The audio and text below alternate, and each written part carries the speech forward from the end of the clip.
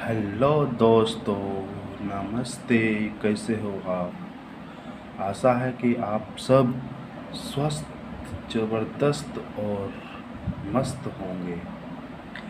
आज आप लोगों के लिए राज्य के नीति निर्देशक तत्व लाया हूँ, जो भाग 4 के अनुच्छेद 36 से 51 में वर्णित है। इसे आयरलैंड से लिया गया है और आयरलैंड में इसे स्पेन के संविधान से लिया गया। आयरलैंड के संविधान बनाया गया था 1937 में। डॉक्टर भीमराव अंबेडकर इसे विशेषता वाला बताते हुए कहते हैं कि मूल अधिकारों के साथ नीति निर्देशक तत्व को संविधान के आत्मा तथा दर्शन है। वहीं ग्रेनविल आइंस्टीन ने निर्देशक तत्व और अधिकारों को संविधान की मूल आत्मा कहा है।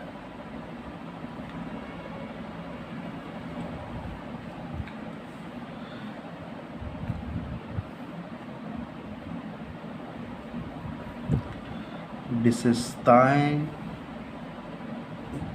भी है इनकी। नीति निर्देशक तत्व की बहुत सारी विशेषता ये है कि नीतियों तथा कानूनों को बनाते समय, लागू करते समय राज्य इन तत्वों को ध्यान में रखेगी। ये संवैधानिक निर्देशक या विधायिका, कार्यपालिका और प्रशासनिक मामलों में राज्य की सिफारिशें हैं। यानी कि ये इनकी विशेषता ये है कि जब भी राज्य कानून बनाते हैं और तो फिर बनाने की प्रयास करती है, तो उस टाइम इनको ध्यान में रखा जाता है। इसको किसी प्रकार से हनन नहीं किया जाता है। और यह क्या है कि राज्य के लिए, विधायिका के लिए, कार्यपालिका और प्रशासनिक मामलों में राज्य के लिए सिफारिशें हैं। दूसरा इसकी विशेषता है कि ये जो इस तरह का नीति निर्देशक तत्व है, नीति निर्देशक तत्व भारत सरकार अधिनियम 1935 में उल्लेखित अनुदेशों के समान है। अर्थात कहने का तात्पर्य यह है कि जो उस टाइम गवर्नरों,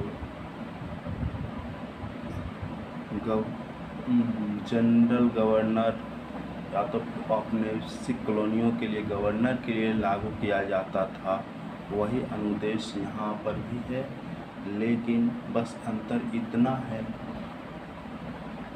कि इसमें विधायिका और कार्यपालिका तथा प्रशासनिक कार्यपालिका भी शामिल है।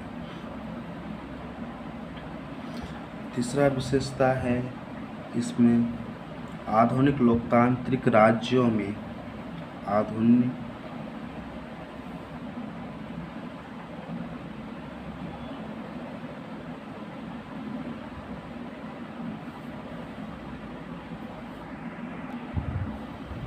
आधुनिक लोकतांत्रिक राज्यों में आर्थिक, सामाजिक और राजनीतिक विषयों में निर्देशक तत्व महत्वपूर्ण है। इसका उद्देश्य ये है कि न्याय में उच्च आदर्श होनी चाहिए, स्वतंत्रता होनी चाहिए, समानता होनी चाहिए।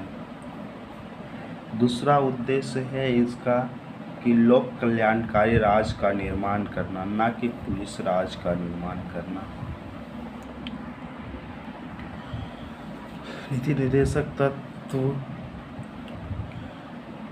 का प्रकृति गैर अन्यायचित है, अर्थात इसके हनन पर इन्हें न्यायालय द्वारा लागू नहीं किया जा सकता।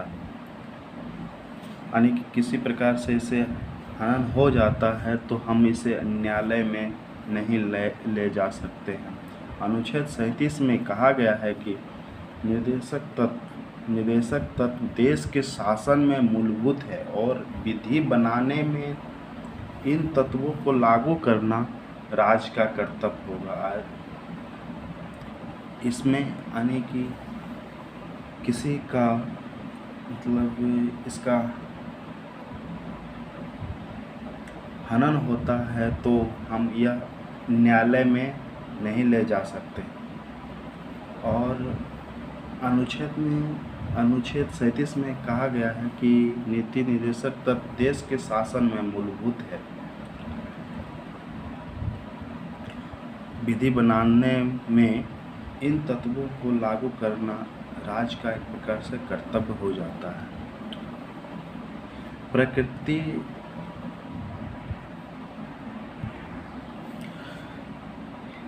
नीति निदेशक तत्व के प्रकृति गैर न्यायोचित होते हुए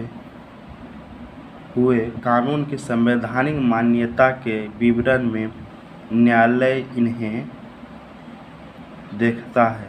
उच्चतम न्यायालय ने कई बार व्यवस्था दी है कि किसी विधि की संवैधानिकता का निर्धारण करते समय यदि न्यायालय यह पाए कि प्रश्नगत विधि निदेशक तत्व को प्रभावी करना चाहता है तो ऐसे विधि को अनुच्छेद 14 या अनुच्छेद 19 के संबंध में तर्कसंगत मानते हुए असंवैधानिकता से बचा जा सकता है।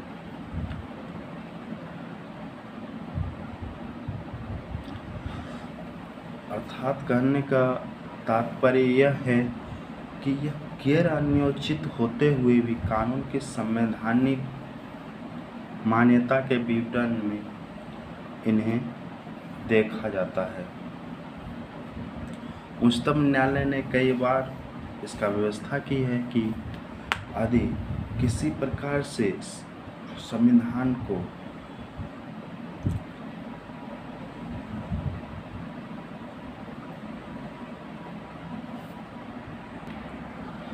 संवैधानिक निर्धारण करते समय न्यायालय यह पाता है कि विधि प्रश्नगत जो विधि है, जो मेरे सामने प्रश्नगत विधि आया है, विधि मतलब कानून आया है, वो कहीं ना कहीं नीति निदेशक तत्व को प्रभावित करना चाहता है। तो ऐसे स्थिति में न्यायालय क्या करता है कि अनुच्छेद 14 और अनुच्छेद 19 के तहत इसे तर्क संगत मानते हुए असंवैधानिकता से बचा लेते हैं। तो दोस्तों आज इतना है। आगे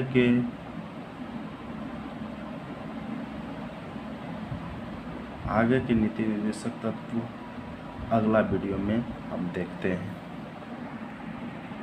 थैंक यू।